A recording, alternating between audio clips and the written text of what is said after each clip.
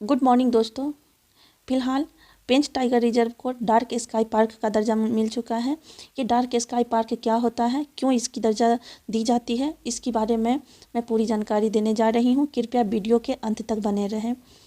ये जो dark sky park है, ये प्रकाश के प्रदूषक को रोकता है और आकाश की रक्षा करता है, इसलिए बहुत सारे राष्ट्रीय उद्यान को इसकी दर्जा दी जाती है। फिलहाल भारत का ये पहला डार्क स्काई पार्क बन चुका है, पेंच टाइगर रिजर्व, और ये एशिया का 5वां टाइगर रिजर्व बन चुका है, इसलिए खासकर एग्ज़ाम व्यू से बहुत ही इम्पोर्टेंट है।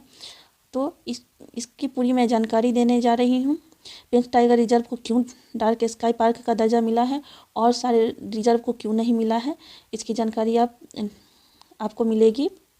कृपया वीडियो के अंत तक बने रहें। अगर चैनल पे नए हैं तो इसे लाइक, सब्सक्राइब और शेयर कर दीजिएगा। अगर मेरे से कोई त्रुटि हो तो कमेंट बॉक्स में लिख दीजिएगा। तो चलिए चलते हैं, डार्क स्काई पार्क क्या है और इसकी विशेषता क्या है, इसको हम जानते हैं डिटेल में।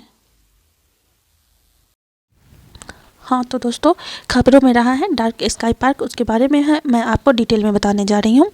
तो महाराष्ट्र में पेंच बाघ अभयारण्य ने रात के वक्त आकाश की निगरानी करने और प्रकाश प्रदूषण को रोकने के लिए भारत में पहले और एशिया में 5वें डार्क स्काई पार्क का खिताब अर्जित किया है।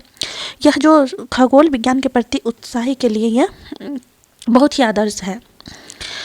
आपको बता दी, जो डार्क पार्क स्काई है, ये जो है यहाँ से स्वर्ग का नज़ारा दिखता है, और ये महाराष्ट्र का पेंच टाइगर रिजर्व भारत का पहला एशिया का 5वां डार्क स्काई पार्क बन गया है।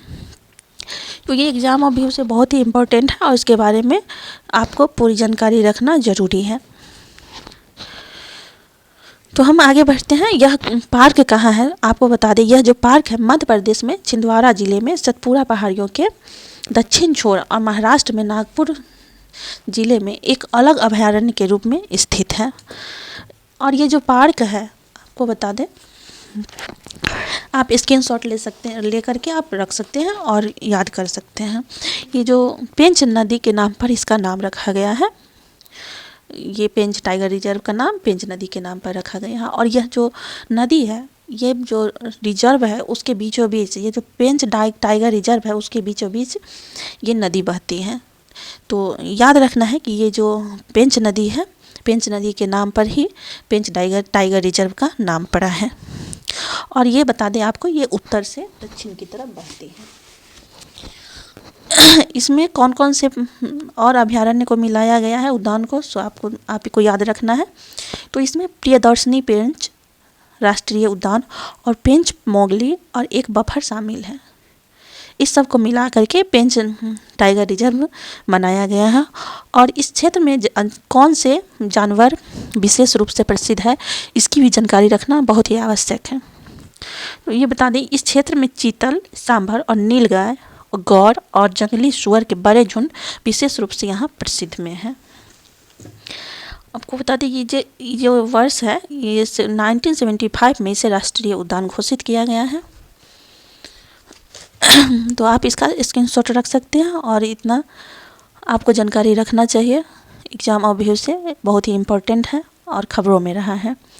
तो आई होप यहाँ तक आप लोगों को समझ में आ गया होगा। नहीं आया हो तो कमेंट बॉक्स में लिखिएगा, और नए हैं तो चैनल को सब्सक्राइब और लाइक कर दीजिएगा। धन्यवाद।